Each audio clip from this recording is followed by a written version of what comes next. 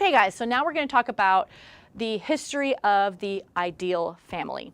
One of the things now in the middle to upper class American family, the ideal family is a father, a mother, an older son, and a younger daughter.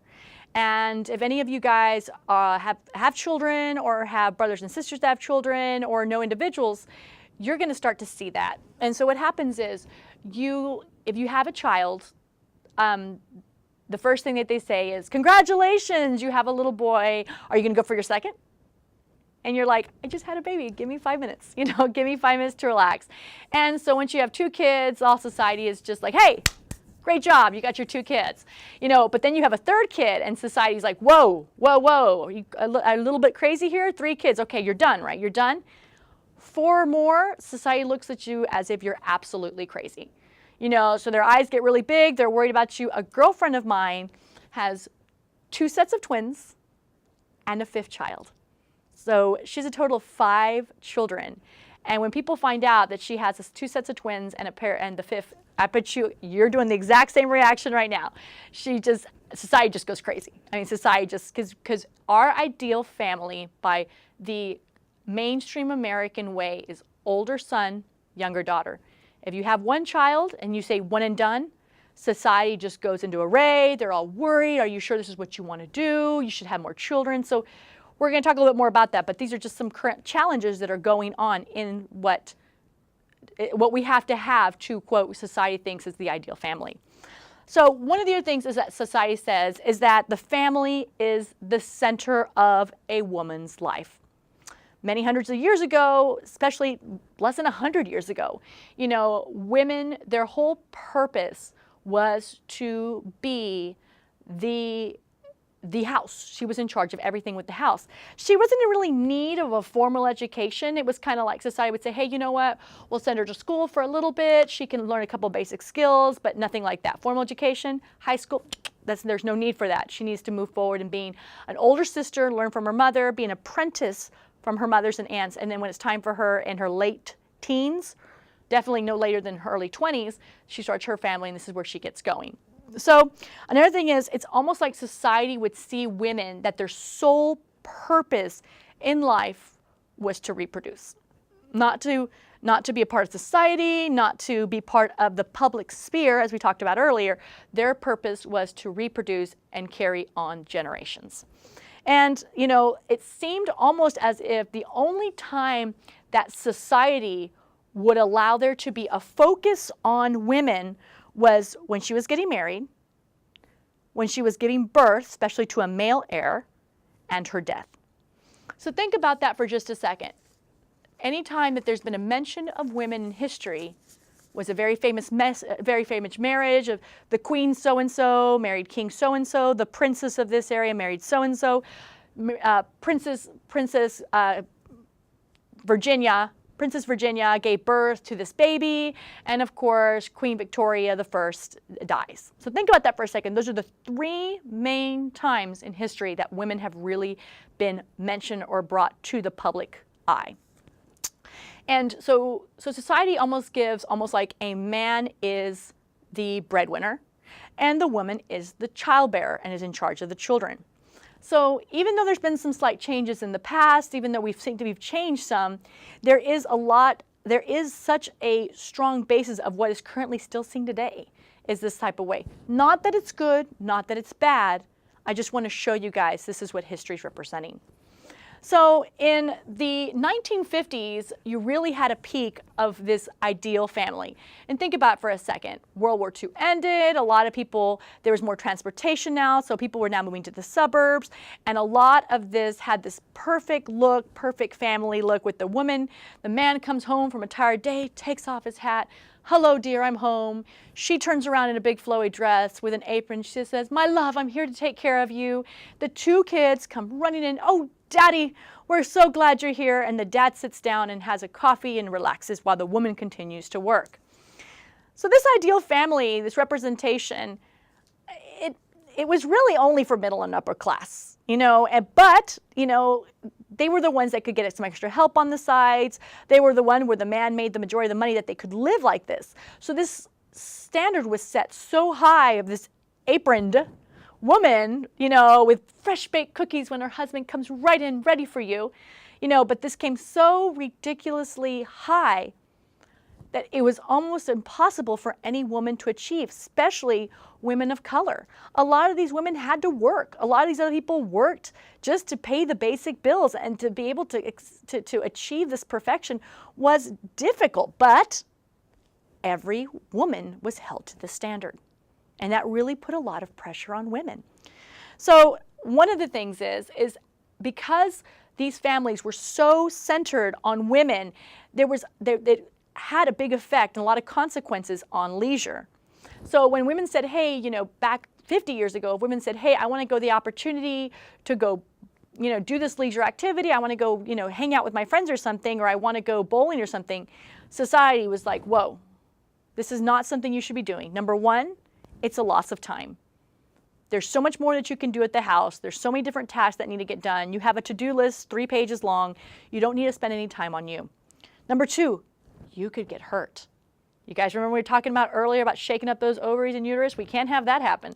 So we definitely don't want anyone getting hurt. Also, if you get hurt, you know, this was an option that could have been avoided. So now the husband or the mother-in-law would have to step in and really help out with that.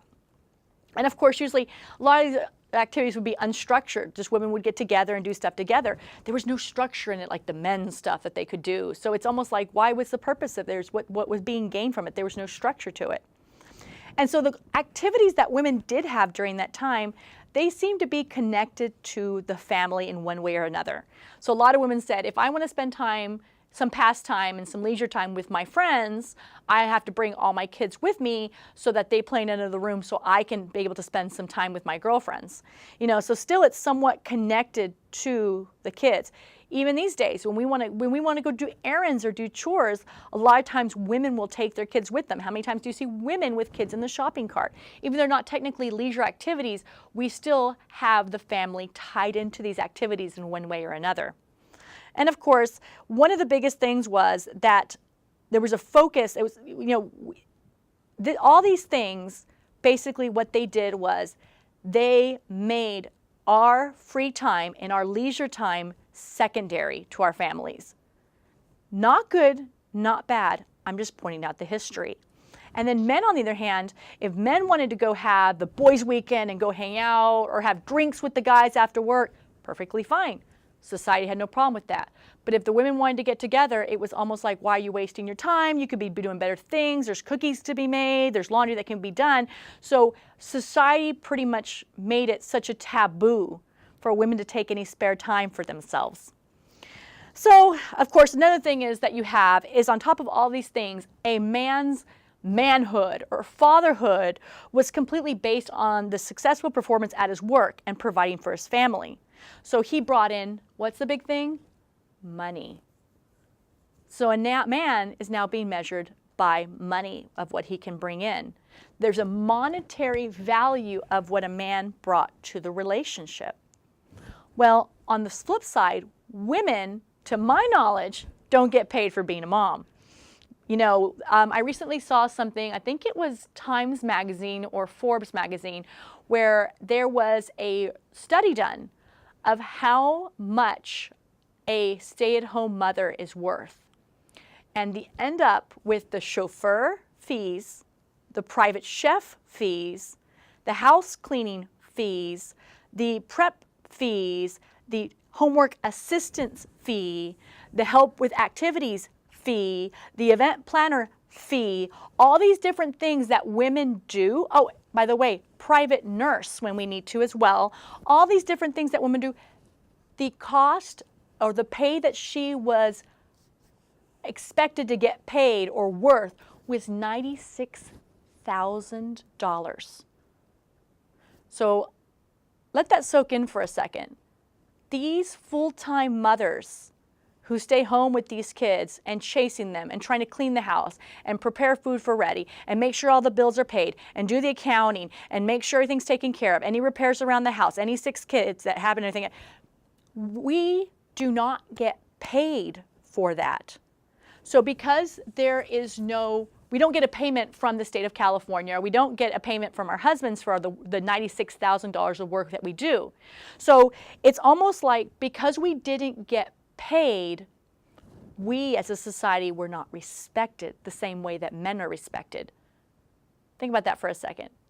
Because a man brought in an actual physical paycheck to the house for the activities and the responsibilities that he did for a company, they set a price on what he was worth. But women, because we don't get paid for the mother duties that we do, we are seen of lesser value because we don't have a paycheck to represent what we're worth. Think about that for a second. Let that soak in. Not good, not bad, but once again, these are just examples of how there is a separation between genders because of things like this. So of course, you know, another big thing as a woman is if a woman works outside the house and has to do a secondary chore, a lot like a lot of black women did, a lot of Hispanic women did, you know, you are now seen as, quote, a bad mom. You are seen as a person, you're not there to take care of your kids, who's taking care of your kids, who's taking care of them. So not only are you now, A, not keeping up with the ideal woman, B, you're not keeping up with what society says is an ideal family, 3, you're making a job a priority over your kids. All these things counted in. When women work, that means A, your husband is not good enough to take care of you, so that looks bad on you, and B, no one's now taking care of your kid. So a lot, through the years, the women who've had to work have really been put down by society for these things. And of course, one other thing we want to talk about now is, and with the middle and upper class, there have been less and less chores for these individuals to do because they have hired help. They have the money to have a maid take care of these things. They have the money to help have somebody take care of the end part of the house or take care of the kids or transportation, things of that sort. And so these individuals who now have more time, aka the middle and upper class women, they now can strive to go be the ideal women. They can now go to the gym and exercise to get the great body, or they can get stuff done at the doctor, medical stuff taken care of, or hair work and things of that stuff, so they can now get one step closer to the ideal women. Women who work don't have as much as leisure to that. Thus, of course, by what society has told us, they're lower in the chain. So a working woman, a lot of us, like we talked about earlier, is they tell you, number one, you're bad because you spend less time with your kids. Number two, women get paid less by being a working mom too. So even though you're working as many hours as the men are, you're bringing in less money. And then 3, you're doing what we talked about earlier this semester. You're doing what's called the double shift or the second shift. So a working mom will work from 6:30 in the morning, getting the kid ready for school, getting everything ready, getting breakfast ready, paroling everybody together, dropping off at school, do their 8 hours at work, and then they have to do their second shift of mother. Picking up the kids from school, dropping them off at soccer class, picking them up from soccer class, getting the food together, taking care of everything together, doing homework at the same time while trying to cook dinner, making sure everyone gets showered, brushed teeth, and then put to bed. Whew!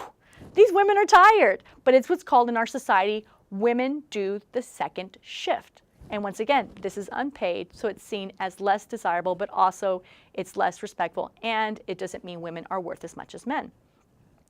So one of the things I want to talk to you guys a little bit about too is that, and we talked about this at the beginning of this, but women got an opportunity and a taste of freedom and independence when World War II happened. A lot of the men went out and they were going out and had to go front lines and had to go fight and things of that sort. So it left a lot of women to fill the spots that the men had in the workplace.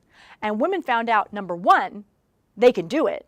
And number two, they had a lot of inspiration from characters such as Rosie the Riveter, and they were involved with like, you can do it. And women really got involved in the workforce, and they saw, number one, they were getting paid, they were out enjoying time together with other women, and it really gave these women a sense of, number one, identity, number two, a price to their work. And because of that, it gave them a sense of, I am important, I matter, and I can do more than just be a mom and reproduce. So that gave an opportunity to really see things differently. But of course, after World War II was done, all the factories said, thank you ladies for your time. Now we want you to go, now give the men back their jobs and you go back to the house. So it's almost like women where it went up, up, up, and then woo, all back down. So we had to start all over again.